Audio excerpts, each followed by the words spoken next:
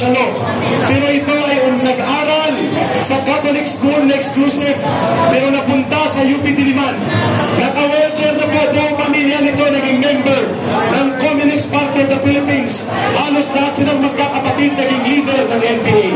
Ngayon, nakikisa sa panawagan para ibagsak na, palayasin si Marcos Jr. walang iba na kahit naka-wheelchair na si Tita Tess Velus, buong pamilya nito, nag-NPA, nag-underground, ng Communist Party of the Philippines. Magkaisa tayo! Maraming salamat ka, Eric. Sana ang boses ko okay pa rin po. Ang dati natin sinisigaw, mga kasama ko dyan dati, ibagsak! Wag matakot! Ang sigaw ko ngayon, Marcos resign! Marcos resign!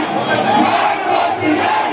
Ang dati po naman sa social media, ang lupit ko naman, ang gustong sumama kahit na kami senior citizen na.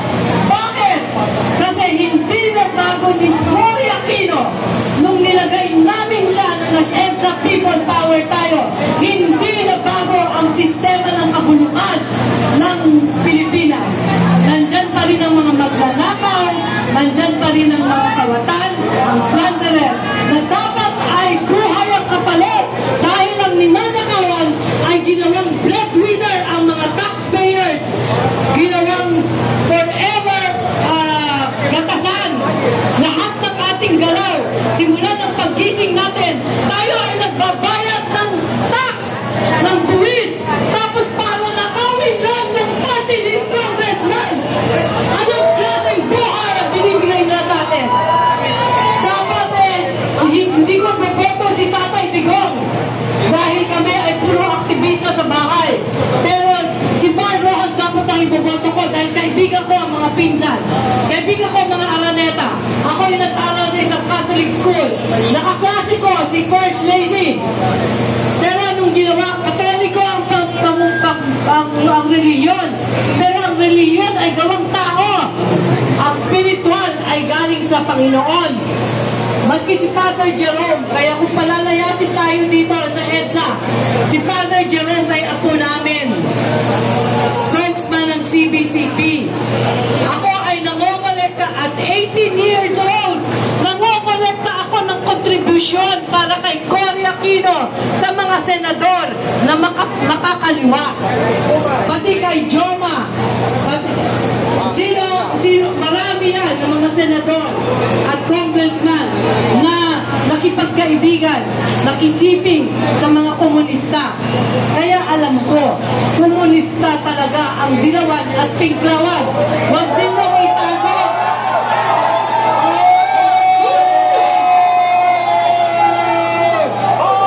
Bakit kayo nagkakampihan?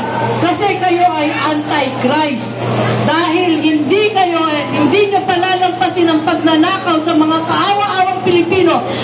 Kung kayo ay malakristo, kaya hinahamon ko ang mga pare, ang mga pastor ng NCCP, UCCP, dati kayo nagko-contribute sa mga komunista. Nasaan kayo ngayon? Dito kayo magsalita, hindi dyan sa mga walang paninindigan. Kung may paninindigan kayo, kahit wala kayong gwadya, wala kayong kotse, wala kayong pera, kayo ay nakatira sa kung saan lang na pwede kayong patayin.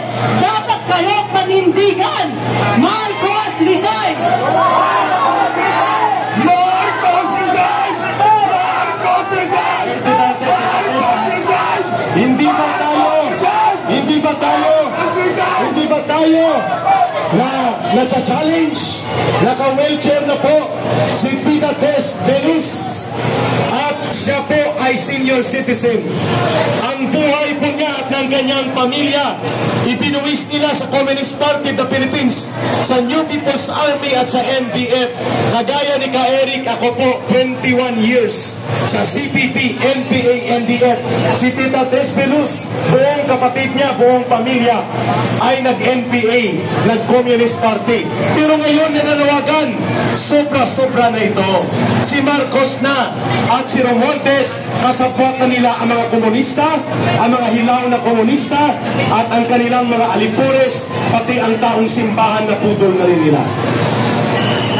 dati tayo magkasama sa kilusan ng pagwawasto ng katotohanan. Ngayon, kilusan ng pagwawasto ng kamalian at kabulukan ng Marcos, gobyerno ni Marcos. Kaya kayong mga pulis, officers, ang tatay ko ang naging boss ng mga pulis ng panahon ni Magsaysay, konsehal. Alam ko kung gaano kababait kayo, may mga pamilya ko, may mga kapatid kayo. Huwag ninyong hayaan i-recruit ng Makabayan Black. Huwag ninyong hayaan i-recruit ng komunista. Kaya ay manindigan laban sa mga komunista, bangad, dilawan, pinglawan, at mga tiwaling mga kakampi ng mga bulok na sistema. Maraming salamat po. Patuloy ang laban.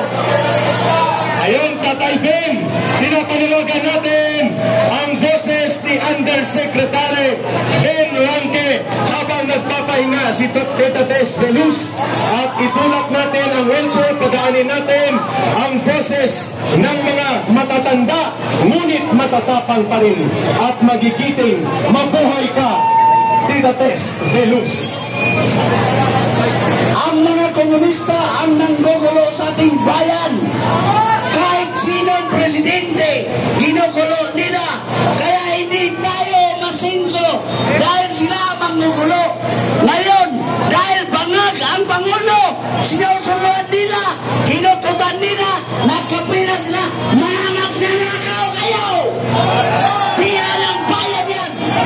Bilang former undersecretary ng nakaraang administrasyon, bakit ang ating mga gabinete ngayon hindi sabihan ng presidente na bumaba ka na dahil wala ka na sa tinong katinuan, wala ka na Bongbong Marcos sa matinong pag-iisip, bumaba ka.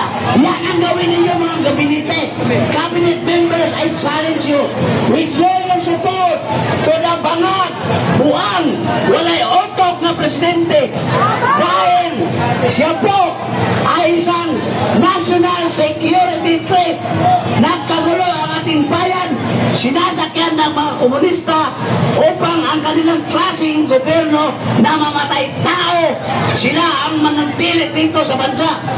This is the only president who allowed the communists to be with Malacanang, to be in Congress, to be in the executive department. Pinasok at inalaw ni Bongbong Marcos ang mga komunistang manggugulo sa atin dito sa bansa natin. Kahit sino pa ang mga presidente sa ating bansa, ginugulo tayo ng mga komunista na yan. We have to end this madness. We have to end this insanity of the president. Let us call for Bangag